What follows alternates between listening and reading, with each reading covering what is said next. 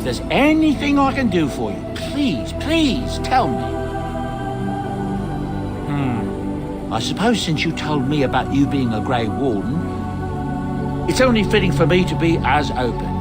I am originally from Orzammar, the famed dwarven city that lies beneath the stately Frostback Mountains. I was a merchant there too, merchant caste. These things are in the blood, you know. You can't just leave them behind.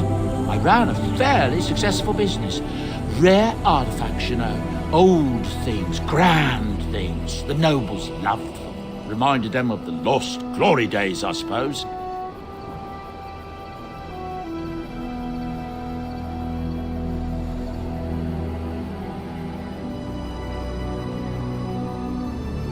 Our kingdoms once spanned the length of Thados, from majestic Orzammar to Kal Sharok to glittering Darmalin far to the west. They say the gold and silver veins ran so thick through the stone of Darmalin that the entire city sparkled. The Darkspawn took it all, of course. One by one, the old tides fell, and then all that was left was Orzammar. But we were talking about how I ended up here, weren't we? One day, a noble woman came to my store. She looked around for a bit and then started shrieking in dismay. Apparently, she believed that a pair of braces I had for sale once belonged to her brother. He'd been lost in a cave-in, you see, while on an expedition to clear out the Darkspawn from one of the tunnels running close to the city. They were made specially for him. They're unique, she shrieked. He stole them from my poor brother's corpse. She had me arrested on the spot, of course. Nobles, they're touchy like that.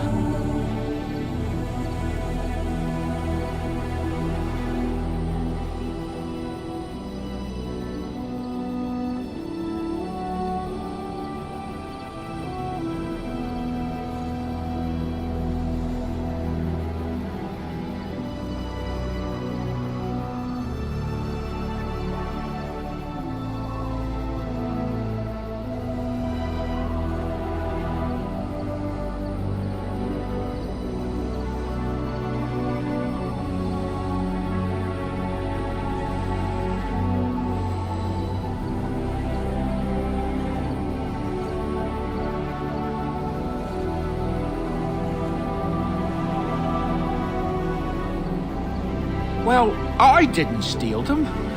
You see, I'd been paying these castless thugs to venture out into the deep roads for. The lost tides.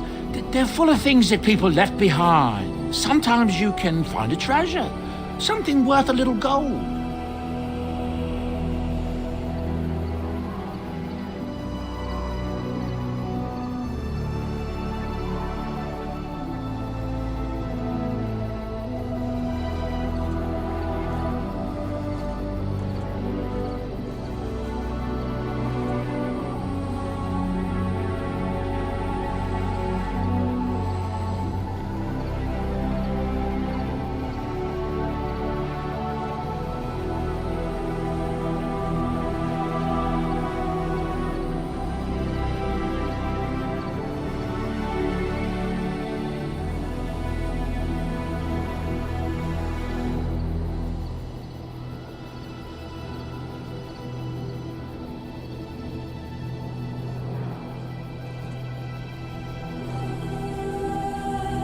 To the nobles it is.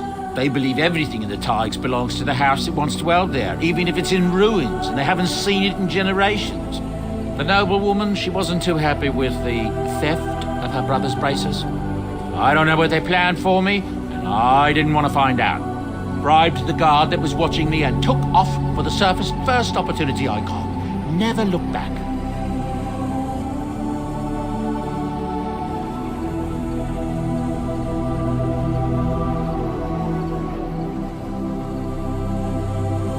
I thank the stone every single day. Now, is there anything the boy or I can get you? I'm sure you'll be pleased with the goods my boy...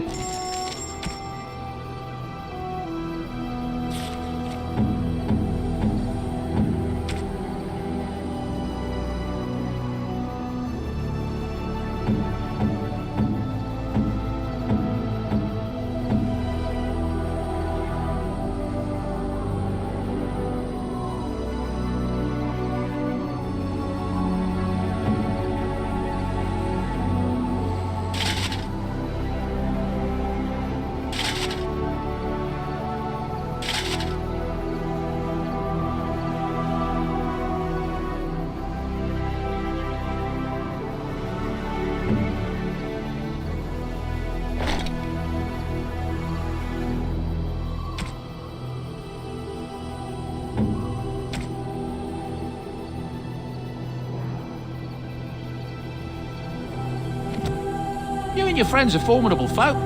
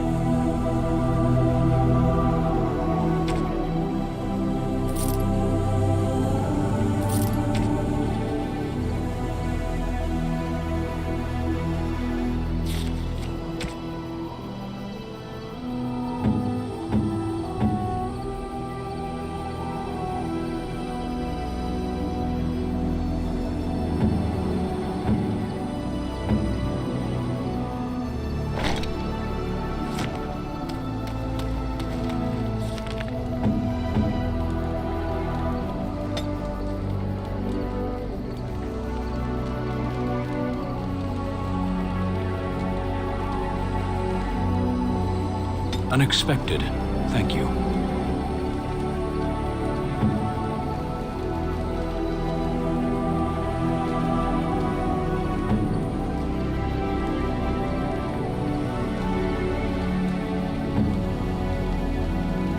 I shall treasure it. Thank you.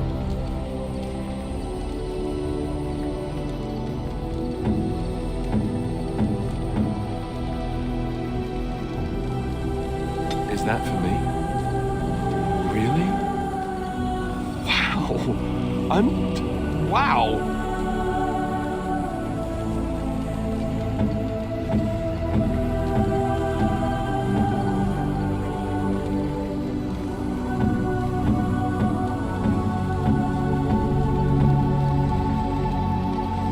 Interesting.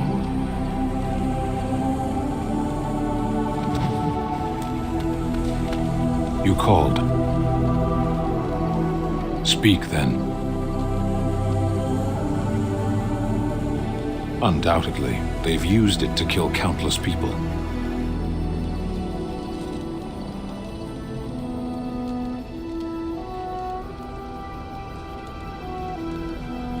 No, but they don't care what I think.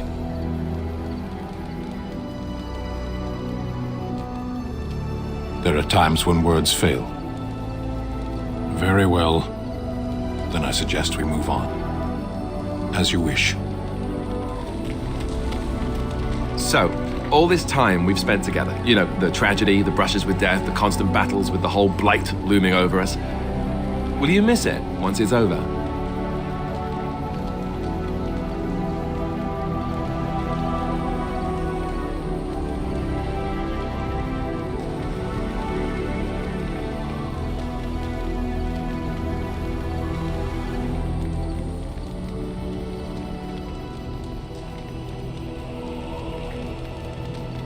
But that doesn't mean we would necessarily be fighting them together.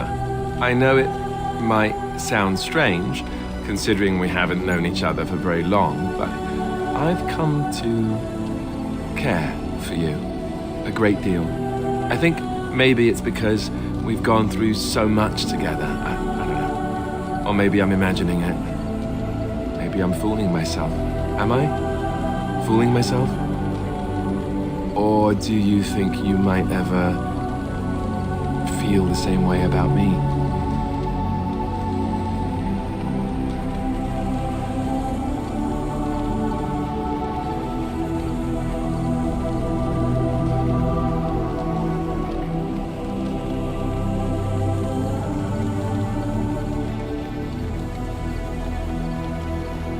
I don't know. I sure hope so.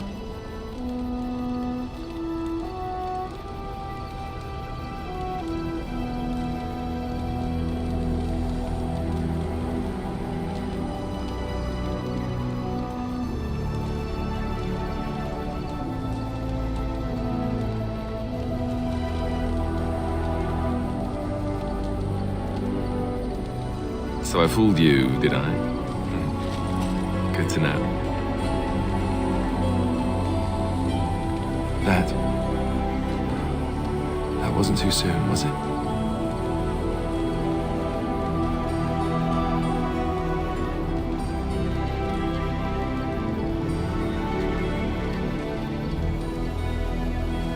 Good.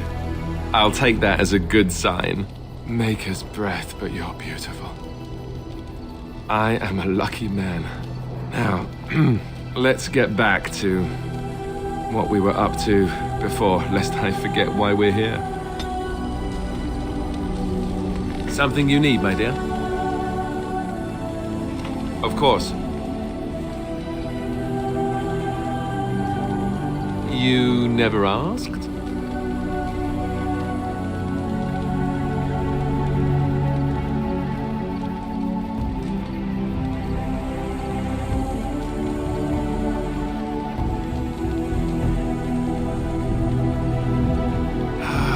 All right. If you want the full explanation, I'll give it to you. The thing is, I'm used to not telling anyone who didn't already know. It was always a secret. Even Duncan was the only Grey Warden who knew. And then after the battle, when I should have told you, I don't know, it seemed like it was too late by then.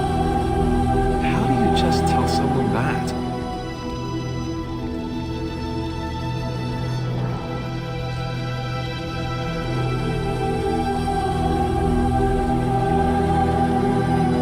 Yes, well, I suppose part of me kind of liked you not knowing.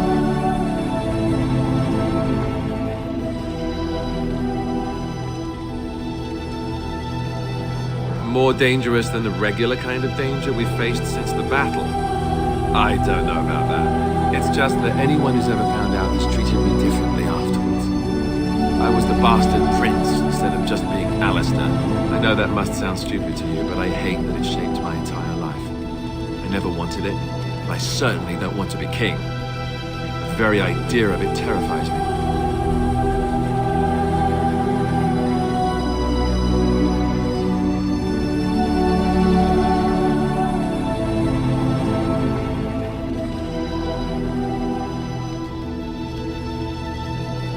Hello? Have you met me?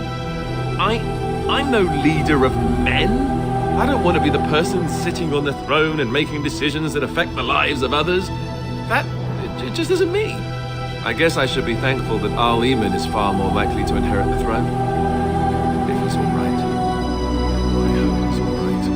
For what it's worth, I'm sorry for not telling you sooner. I guess I was just hoping that you would like me for who I am. It was a dumb thing to do.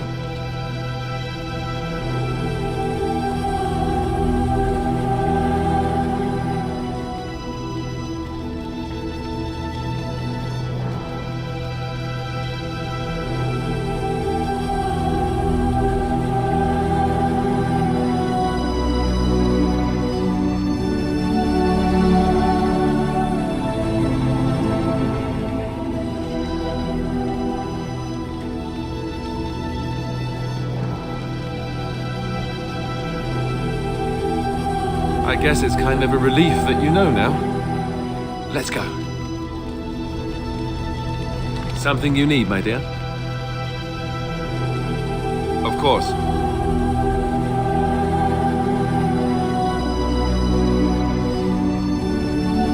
You mean other than becoming a Grey Warden?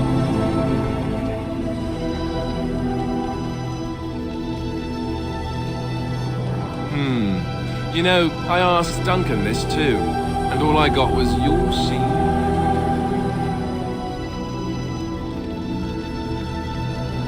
I have other lines for you.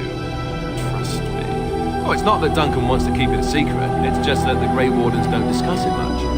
I gather it's not a pleasant topic. The first change I noticed was an increase in appetite. I used to get up in the middle of the night and raid the castle larder. I thought I was starving. I'd slurp down every dinner like it was my last, and my face all covered in gravy. When I'd look up, the other Grey Wardens would stare, then laugh themselves to tears.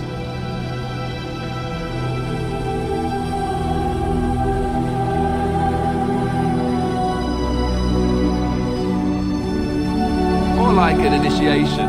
They all went through it too.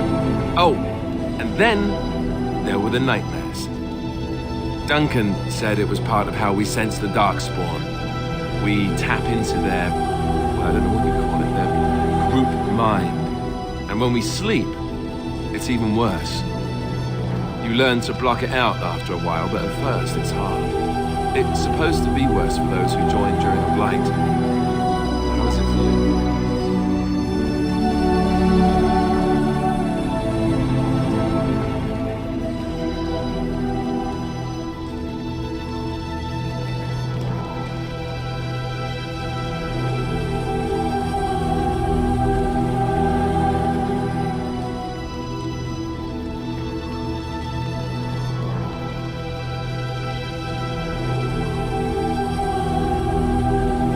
Some people never have much trouble, but that's rare. Others have trouble sleeping their entire life. They're just more sensitive, isn't it? Everyone ends up at the same, though. Once you reach a certain age, the real nightmares come. That's how a Grey Warden knows his time has come.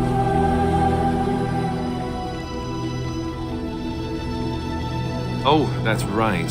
We never had time to tell you that part, did we? Well, in addition to all the other wonderful things about being a Grey Warden, you don't need to worry about dying from old age. You've got 30 years to live, give or take. The Taint, it's a death sentence. Ultimately, your body won't be able to take it. When the time comes, most Grey Wardens go to Orzammar and die in battle rather than waiting. It's tradition.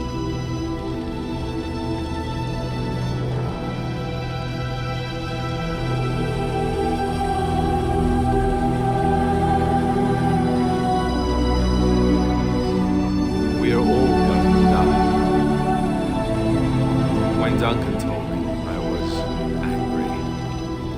He put his hand on my shoulder and said this. It's not how you die that's important. It's how you live. And you wondered why we kept the joining a secret from the new recruits. There you have it.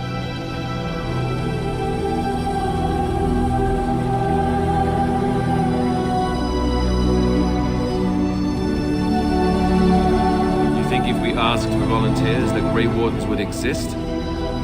Maybe a few. You wouldn't be here. Neither would I, probably. And the blight needs to be stopped. You know, Duncan, he started having nightmares again. He told me that in private. He said it wouldn't be long before he'd go to Orzammar himself. I guess he got what he wanted. I just wish it had been something worthy of him.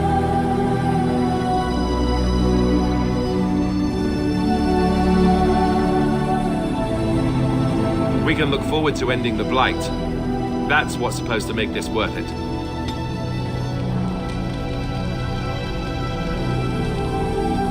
Something you need, my dear?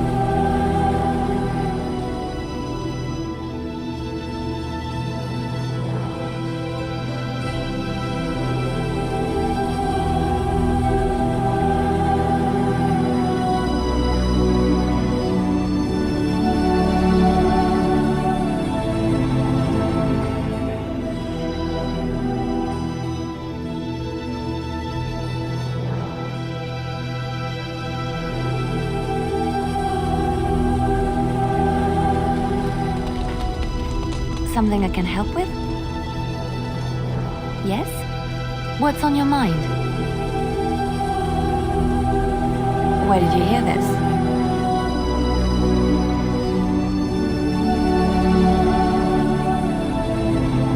Not all minstrels are spies. Most are just singers and storytellers, but some of them are what we call bards.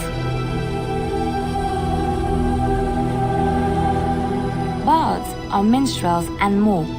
Spies, as you say.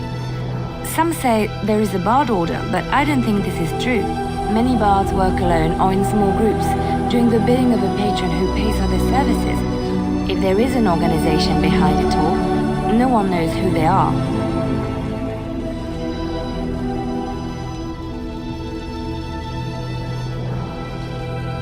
Nobles mostly. In Orlais, there is much rivalry amongst the highborn. They fight over land, influence, and the favor of the empress.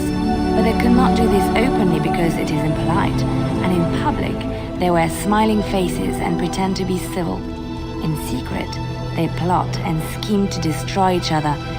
It is a game completely meaningless to anyone but its players.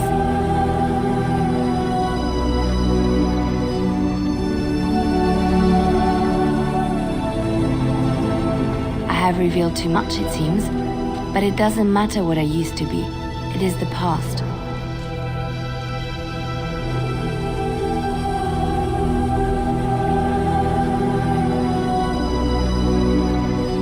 My skills served me well, but the day finally came when I decided to just put them aside. I found myself in Ferelden and sheltered from bad weather in the Chantry. And when the storm passed, I just did not want to leave. I like to see the Maker brought me here.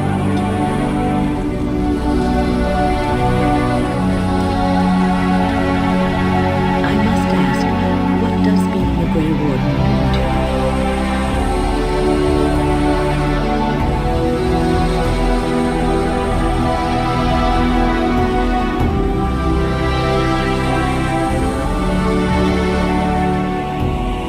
There's that, of course.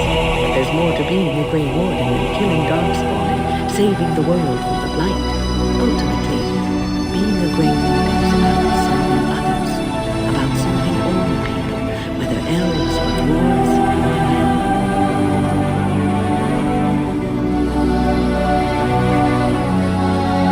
As a Grey Warden, you are a guardian of men, and you guard them because their continued existence is more important than you are. Thus it is you who serves, not them.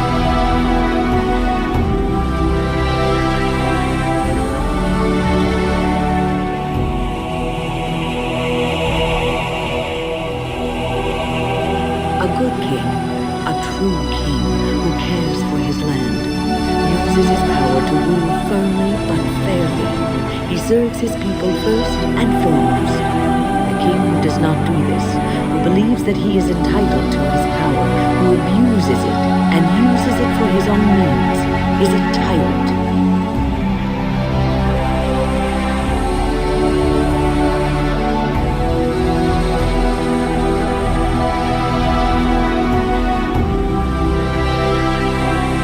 And the country suffers for it. If you live apart from others, and your actions affect only you, then you may do as you wish. But if you have power, influence, and strength, your every action will be as a drop of water in a clear, still pond. A drop causes ripples, and ripples spread. Think of how far they will go, how wide they will become, how will they affect the pond. But I've lectured enough for today. I should stop before I wear out my weapon. Here I am. Oh, this should be good. Go ahead. Well now, I imagine that's a very fair question. Being an assassin, after all, is a living, at least as far as such things go. I was simply never given the opportunity to choose another way. So, if that choice presents itself, why should I not seize upon it?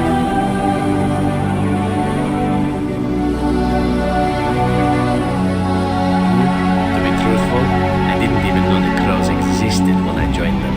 I was but a boy of 7 when I was purchased, for 3 sovereigns, I'm told, which is a good price, considering I was all ribs and bone and didn't know the pommel of a dagger from the pointy end. The crows buy all their assassins that way. Buy them young, raise them to know nothing else but murder. And if you do poorly in your training, you die.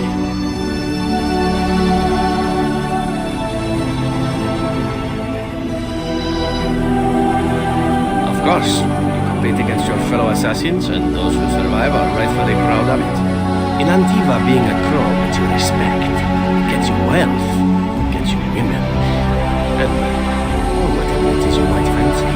But that does not mean doing what is expected of you always. And it means being expendable. It's a cage, if a gilded cage, pretty, but confining.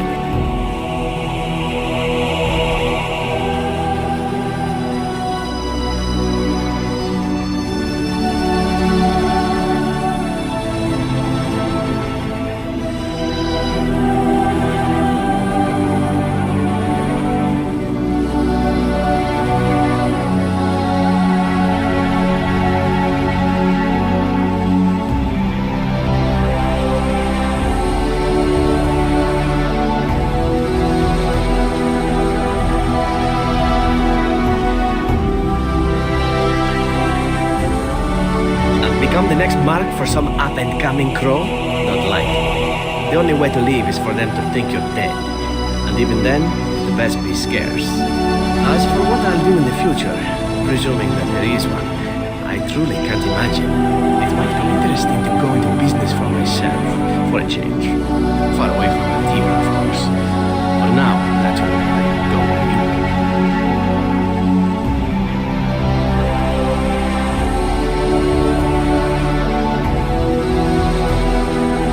Everything changes. Come now, enough chit-chat. Talking about the crows summons them. Any Antivan fishwife could tell you so.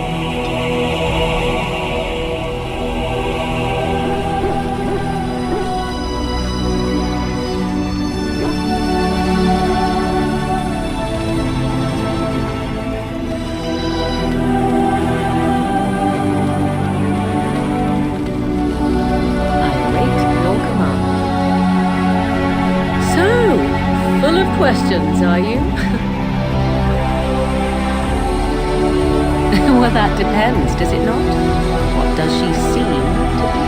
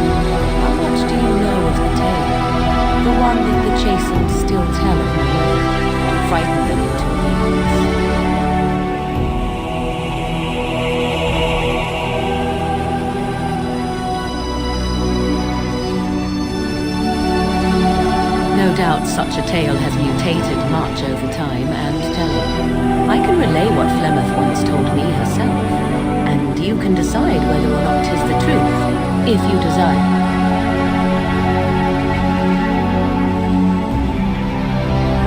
As the tale is sung by the bards, there was a time when Flemeth was young and beautiful, a fair lass in a land of barbarian men, the desire of any who saw her.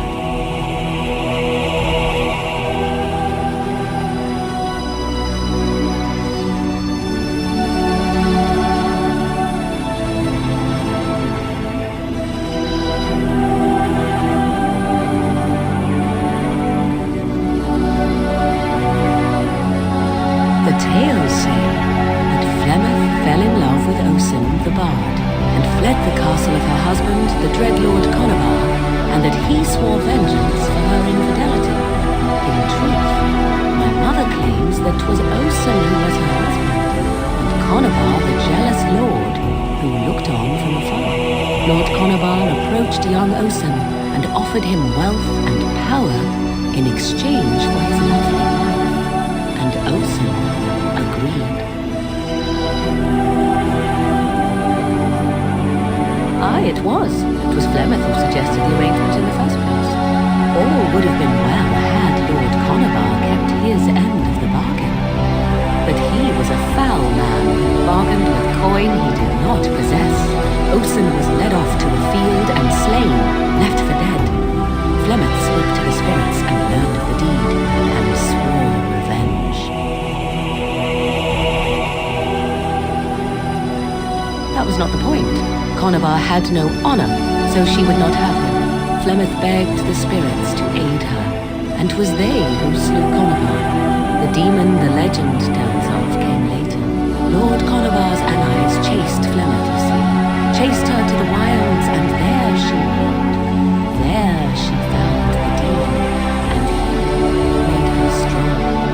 legends all speak of the great hero Cormac, he who defeated Flemeth and her great army when she invaded the lowlands centuries later. All lies.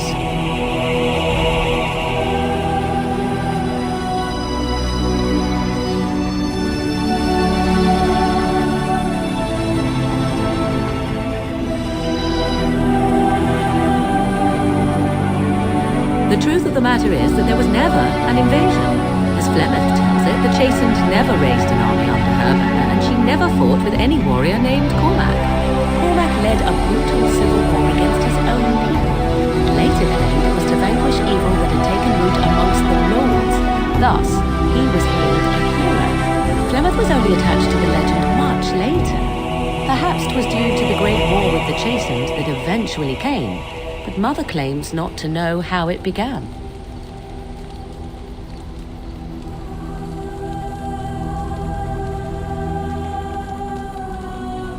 How often is this usually? Always? If not always, then when is it not true? There are more things in this world and the next than you or I could ever hope to understand. What Flemeth became is a mystery. I suspect even to her. You ask if I have sisters. I have asked of this myself. The stories tell of many witches of the wilds after all, not just the one. And these tales existed long before I did. Flemeth refuses to speak of other daughters, if they existed. So, should I believe I am her first? I doubt that too. I do not believe everything that Flemeth claims. Oft it seems her bitterness has colored her memories. But on the whole, yes, I believe this tale, if not all.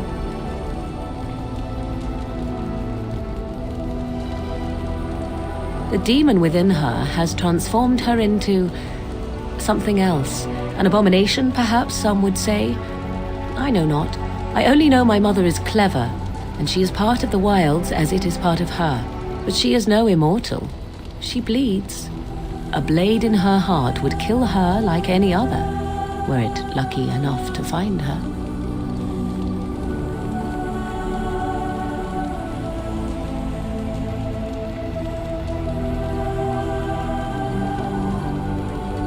If that is what you think, so be it. I have thought so on occasion myself, but there it is. Dare I ask of your own mother? Few are abominations of legend, 'tis true, but I find myself curious nevertheless.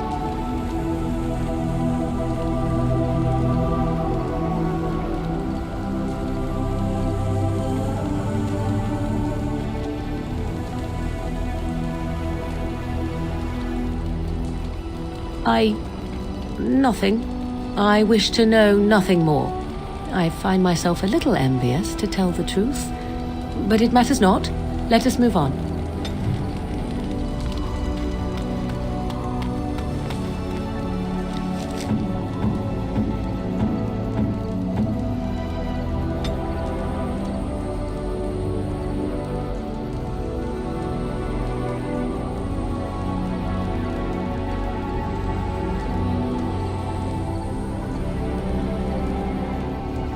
What? You found Flemeth's grimoire?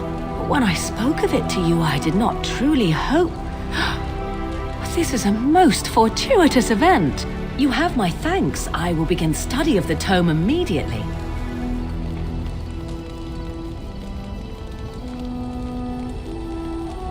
I do not intend to squander this opportunity to learn more than Flemeth wished me to know. This should be interesting.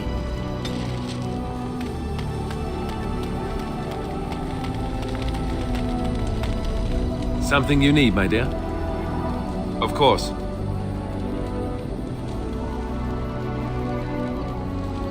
Never what? Had a good pair of shoes?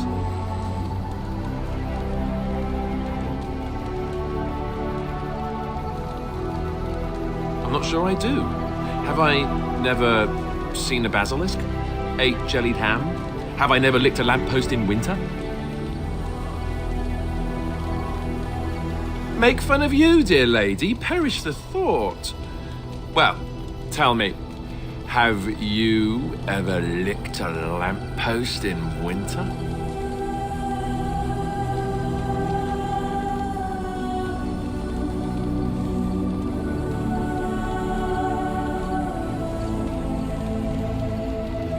Just the once? And you didn't lose half of your tongue in the process? I'm impressed. I myself never had the pleasure.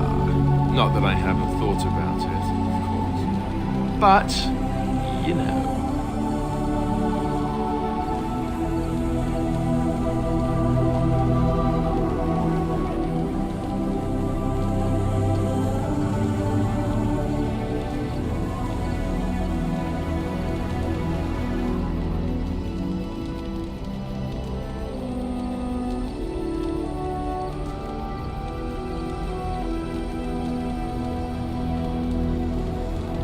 Cute?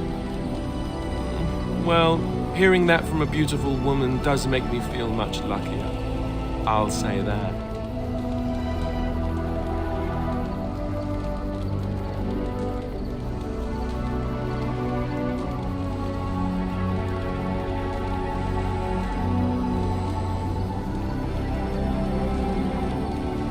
Of course you are, and you know it. You're ravishing, resourceful, and all those other things you probably hurt me for not saying.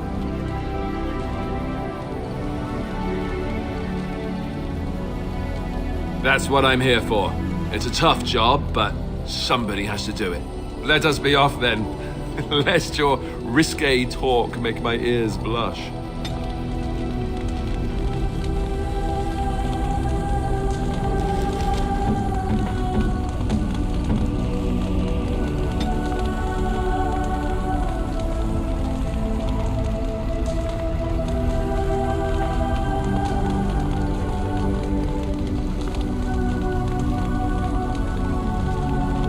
I shall treasure it. Thank you. I've a question, if I may. Well, here's the thing. I swore an oath to serve you, yes? And I understand the quest you're on, and this is all very fine and well. My question pertains to what you intend to do with me once this business is over with, as a point of curiosity.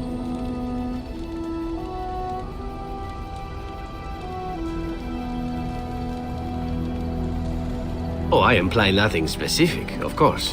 One simply assumes that once your Grey Warden business is finished, you would have no need of an assassin to follow you about. Am I wrong?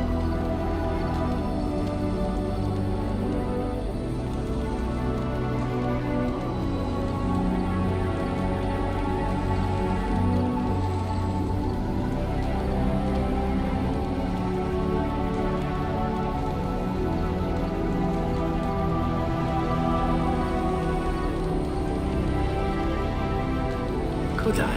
And what if I didn't wish to leave?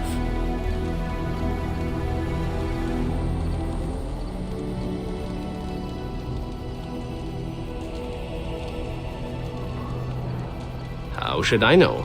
I cannot see the future. What if I liked it here? What if we became fond of each other? Stranger things have happened.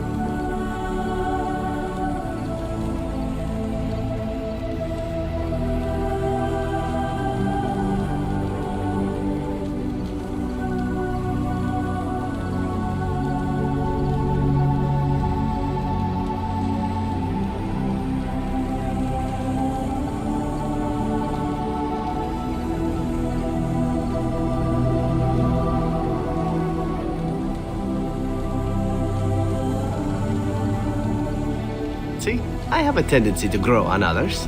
You'll see. It is good to know what my options might be, but that is for another time. For now, we have much to do, yes? What say you? By all means.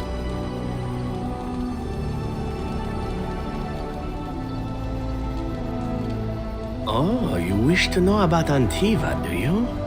The only way to truly appreciate it would be to go there.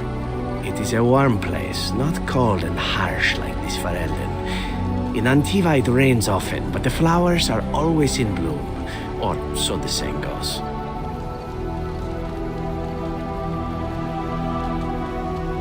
it's not really a matter of wanting to go back. I cannot go, at least not yet.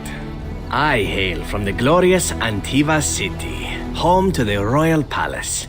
It is a glittering gem amidst the sand, my Antiva city. Do you come from someplace comparable?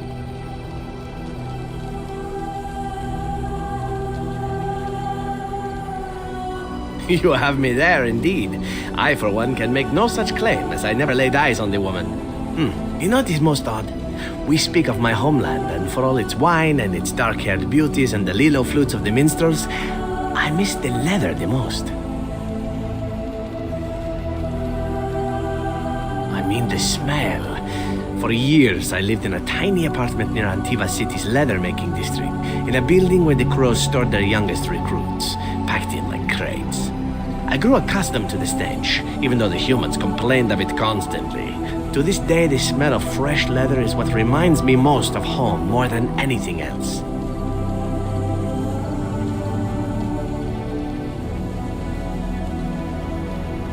Oh, not so long, I know. It is my first time away from Antiva, however, and the thought of never returning makes me think of it constantly. Before I left, I was tempted to spend what little coin I possessed on leather boots I spotted in a store window. Finest Antivan leather, perfect craftsmanship. But I was a fool to leave them. I thought, Zevran, you can buy them when you return as a reward for a job well done. More the fool I, no?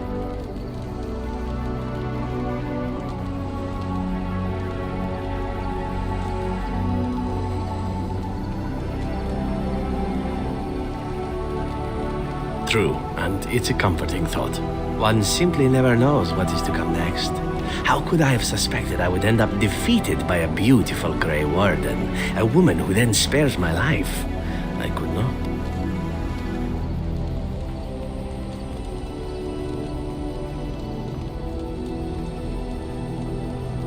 I say you are beautiful because it is true.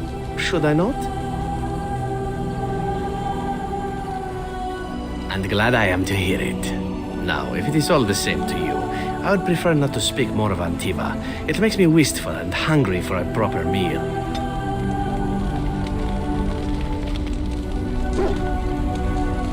What say you?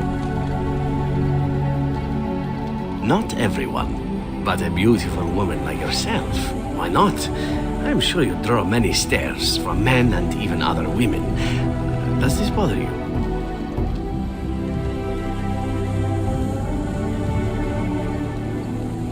Then I shall keep that in mind, and perhaps even redouble my efforts.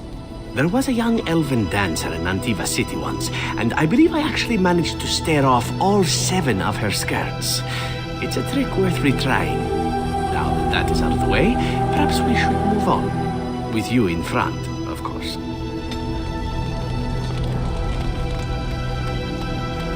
You're quite taken with each other, aren't you?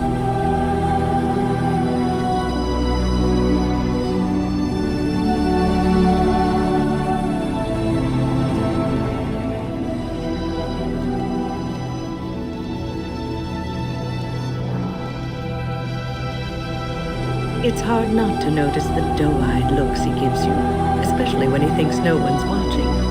It's almost too sweet for my tastes. An old lady who should be making lace hearts and fuzzy blankets with animal motifs.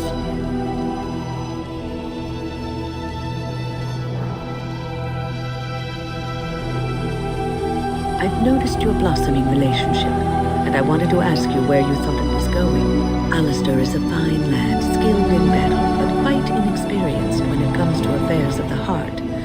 I would hate to see him get hurt.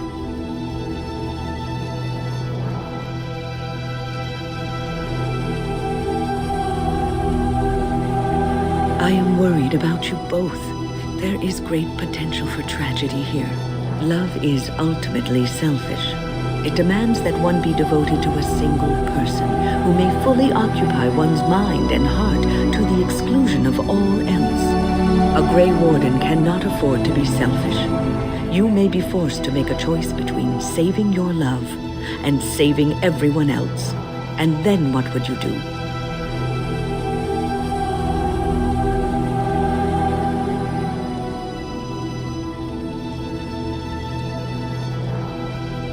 You may have to save one or both of you unnecessary anguish later on.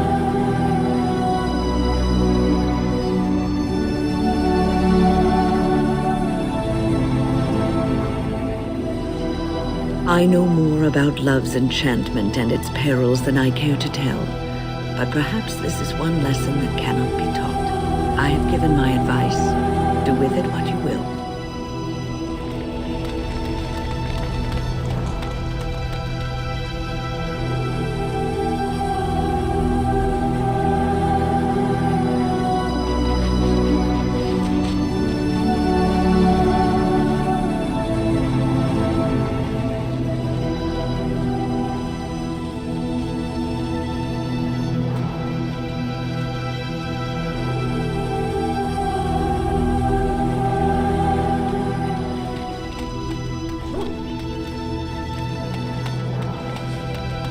If there's anything I can do for you, please tell me. I'm sure you'll be pleased with the goods my...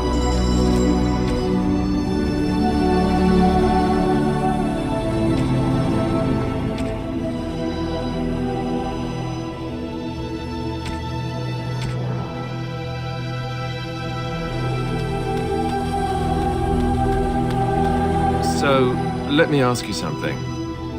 A personal question. I'm wondering about Zevran, really. It seems like the two of you have become quite friendly. No, I'm not jealous. I'm just curious. Maybe it's inappropriate of me to ask, but what are your intentions towards him? Is it very serious? If you'll tell me that.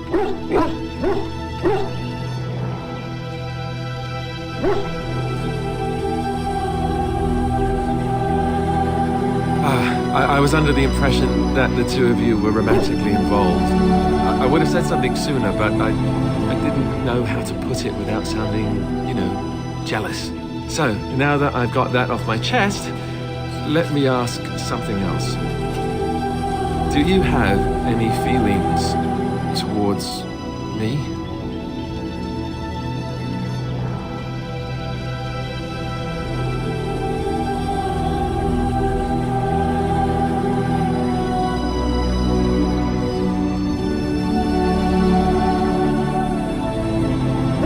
I know it might sound strange, considering we haven't known each other for very long, but I've come to care for you a great deal. I think maybe it's because we've gone through so much together. I don't know. Or maybe I'm imagining it. Maybe I'm fooling myself. Am I? Fooling myself?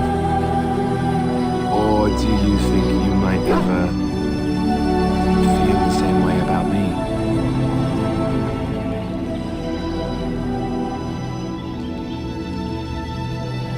I don't know. I sure hope so. Well, is it too soon for this?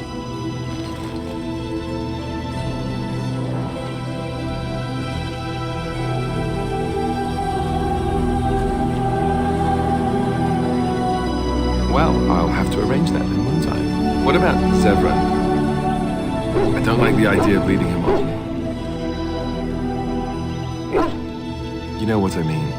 Either you're with him, or you're with me. Thank you. I am a lucky man, don't I know it? Now, let's get back to what we were up to before, lest I forget why we're here.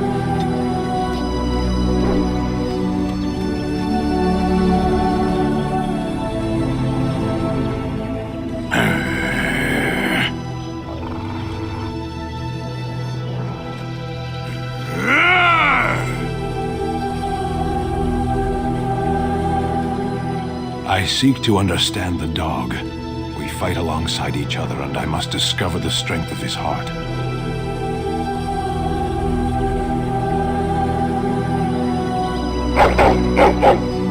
The true warrior understands.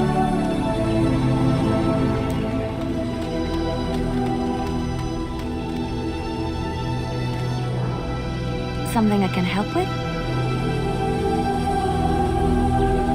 Yes? What's on your mind?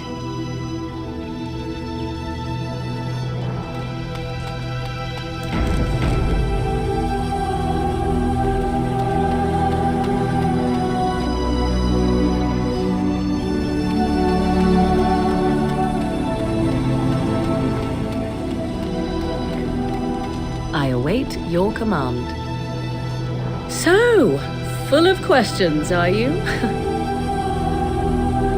I was not born such. 'Tis a skill of Flemeth's, taught over many years in the wilds. The chastened have tales of we witches, saying that we assume the forms of creatures to watch them from hiding. When a child is alone and separate from his tribe, that is when we strike, dragging the young boy kicking and screaming to our lair to be devoured. A most amusing legend.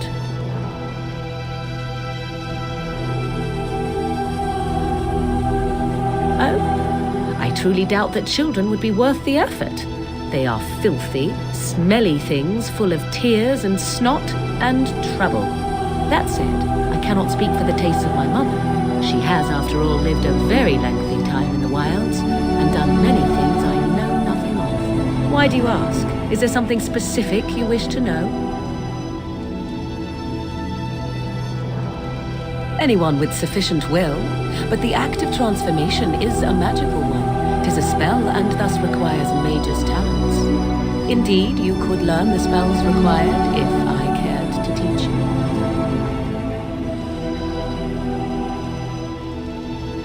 No? 'Tis not unheard of in the remote corners of the world. There are traditions of magic outside of the circle of magi, despite what those mages would have you believe. Some of these traditions are old, indeed, passed down as carefully guarded lore from one generation to the next. The zealots of the chantry would uproot all such practitioners if they could, but as luck have it, some still exist.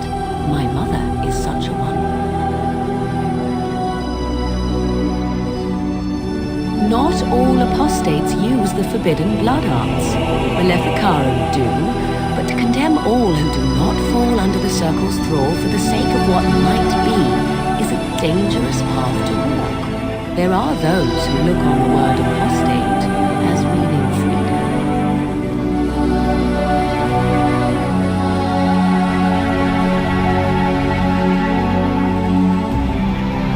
There were nights when the wilds called to me. It's true. You look upon the world around you and you think you know it well. I have smelled it as a wolf, listened as a cat, proud shadows that you never dreamed existed.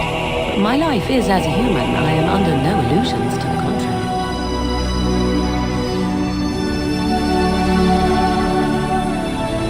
They do not shy away from me. To their senses, I believe I seem like any other of their species. As to what they think, I truly cannot say. Just as I am still human, no matter my form, they are still animals. Thus they cannot speak, even if they lie to us. Indeed. Have you an opinion on my abilities, then? Am I an unnatural abomination to be put to the torch? A most practical opinion. Far more so than any man I have spoken to. But enough of such talk. Let us proceed, lest the dust gather on us.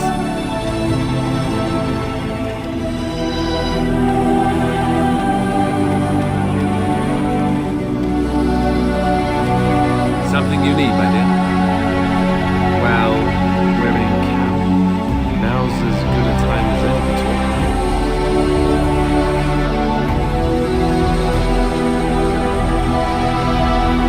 You know, I was just thinking the same thing.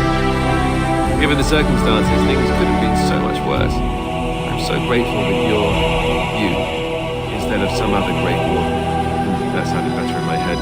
I just mean to say that I've really come to care about you.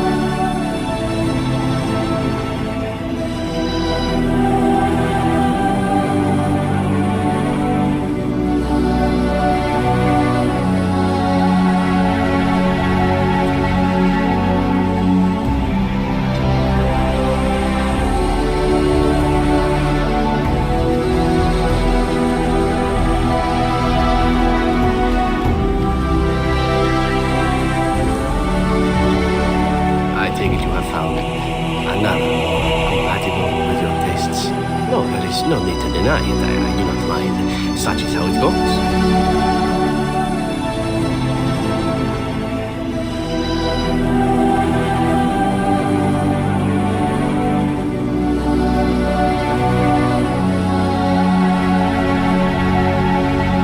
No, there is always a choice. But I think you made the right one.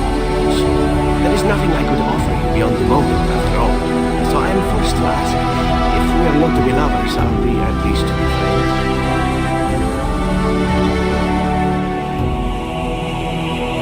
Good. Nothing will please me more. Some friendships are worth pursuing.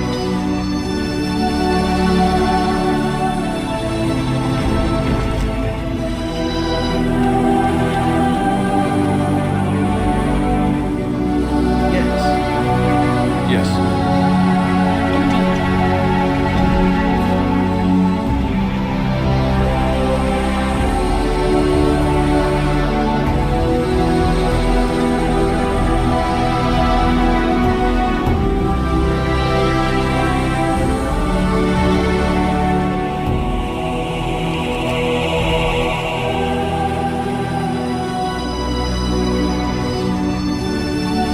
Sire, I have more news. Yes.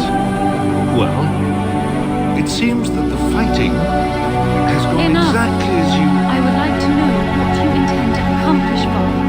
Should we not be fighting the Darkspawn instead of each other? The nobility should be brought into line and then the Darkspawn defeated. This is no true blight.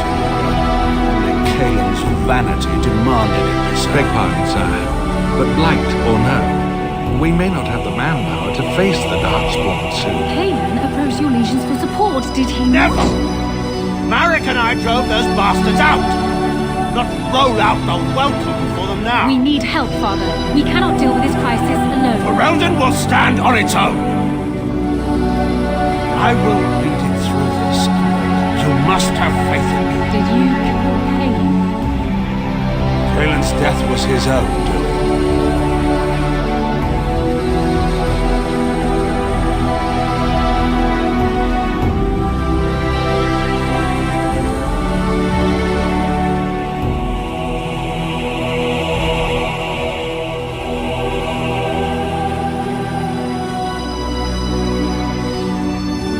Hold, outsider. You may be of my kind, but you are not Dalish. Why are you here?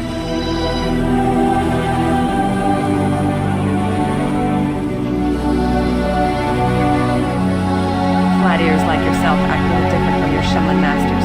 I ask again, why are you here? And what business is that?